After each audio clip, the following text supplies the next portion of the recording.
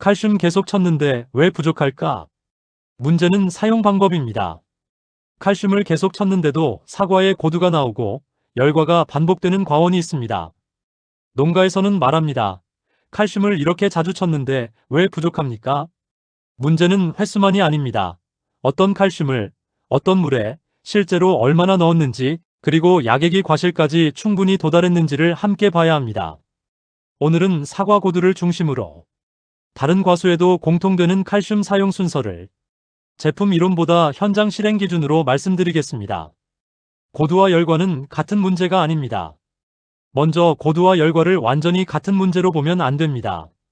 고두는 과실 안의 칼슘 불균형과 직접 관련이 큽니다. 하지만 열과는 토양 수분이 급변하거나 과실이 갑자기 커지고 과피가 약해질 때 함께 나타납니다. 따라서 칼슘만 많이 친다고 열과가 해결되는 것은 아닙니다. 물 관리와 수세, 착과량을 같이 잡아야 칼슘 살포 효과도 살아납니다. 방제 때 넣는 칼슘은 보조입니다. 농약을 칠 때마다 액상 칼슘을 조금씩 넣고 칼슘도 쳤다고 생각하기 쉽습니다. 하지만 방제 살포의 첫 목적은 병해충 방제입니다. 칼슘 보정의 목적은 과실 표면에 칼슘을 고르게 반복해서 공급하는 것입니다. 액상이라서 나쁜 것이 아닙니다. 보증 성분과 실제 투입량이 낮고 과실 피복이 부족하면 칼슘 공급량이 모자랄 수 있습니다. 고두가 반복되는 과원은 별도의 칼슘 단제 살포를 우선 검토하십시오.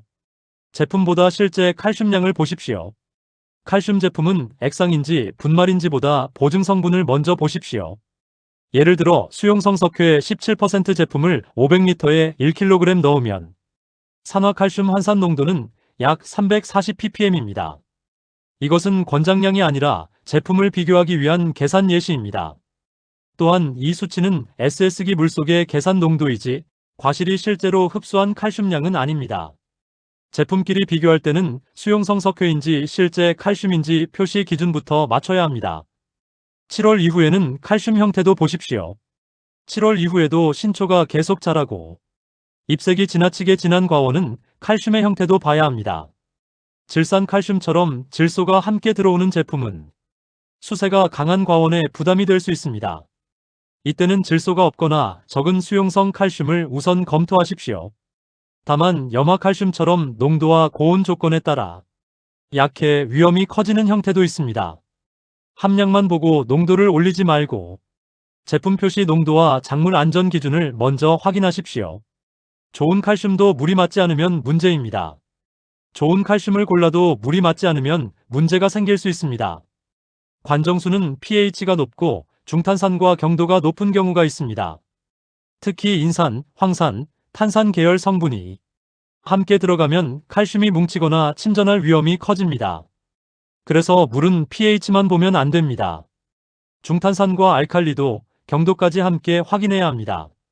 pH가 비슷해도 산을 잡아먹는 힘은 물마다 다를 수 있습니다. 구연산도 감으로 넣으면 안 됩니다. 물을 조정하려고 구연산을 쓰는 농가도 많습니다. 구연산은 물의 pH를 낮추고 중탄산을 줄이는 데 도움이 될 수 있습니다. 하지만 구연산은 칼슘제도 아니고 칼슘 흡수제도 아닙니다. 모든 혼용을 안전하게 만들어주는 것도 아닙니다. 특히 감으로 한꺼번에 많이 넣거나 진한 구연산을 칼슘원액에 직접 붓지 마십시오.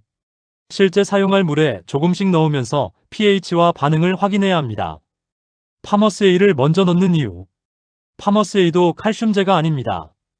이번 조합에서 파머스 A를 먼저 넣는 이유는 칼슘을 넣기 전에 물의 완충 부담을 낮추고 약액이 고르게 섞일 조건을 먼저 만들기 위해서입니다.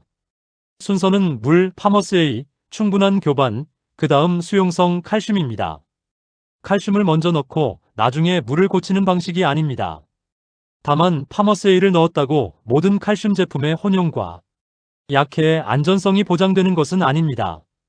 기포는 이상 반응이 아닐 수 있습니다. 파머스 A를 실제 물에 넣으면 미세한 기포가 생길 수 있습니다.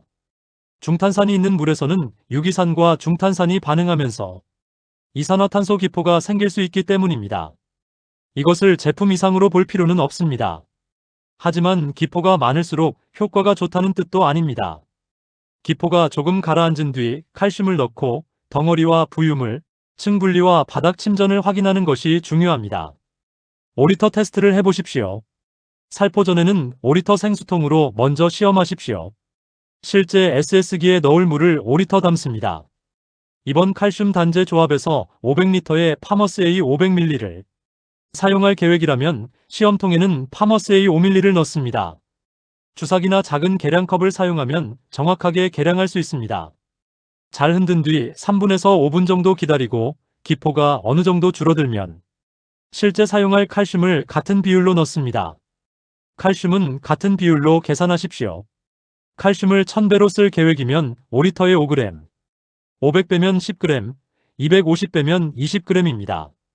예를 들어 제품 표시량이 SS기 500리터에 2kg이라면 시험통에는 20g을 넣으면 됩니다. 이 숫자는 시험통에 넣는 양을 계산하는 방법이지 250배나 500배를 모든 칼슘 제품에 권장한다는 뜻은 아닙니다. 전자저울로 계량하고 흔든 뒤 10분, 30분, 1시간을 보십시오. 그리고 이 시험은 물리적인 혼용성을 보는 시험입니다. 과실 약해까지 보장하지 않으므로 처음에는 몇나무에 소면적 시험도 해야 합니다. 색이 아니라 5가지를 보십시오. 파머스 A 자체에 색이 있기 때문에 물이 맑아졌는지 탁해졌는지만 보고 판단하면 안 됩니다. 확인할 것은 5가지입니다. 첫째, 칼슘이 덩어리지는지 봅니다. 둘째, 부유물이 늘어나는지 봅니다. 셋째, 위아래로 층이 갈리는지 봅니다. 넷째, 바닥에 침전이나 결정이 생기는지 봅니다. 다섯째, 시간이 지나면서 처음보다 상태가 나빠지는지 봅니다. 한 항목이라도 뚜렷하게 나타나면 SS기에 바로 넣지 마십시오. SS기에는 이 순서로 넣으십시오. 실제 SS기에는 물을 먼저 70% 이상 받으십시오. 그 다음 파머스 A를 넣고 교반을 충분히 돌립니다. 물이 안정되면 수용성 칼슘을 천천히 넣습니다. 완전 수용성 제품이고 교반이 충분하면 바로 넣을 수 있습니다. 하지만 입자가 크거나 SS기 교반이 약하다면 별도 통에서 먼저 풀어넣는 편이 더 안전합니다.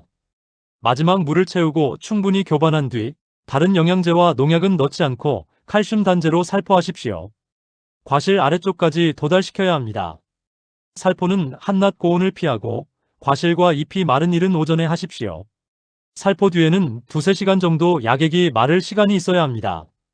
SS기는 너무 빠르게 지나가지 말고 수관 내부와 과실 아래쪽까지 약액이 닿도록 맞추십시오.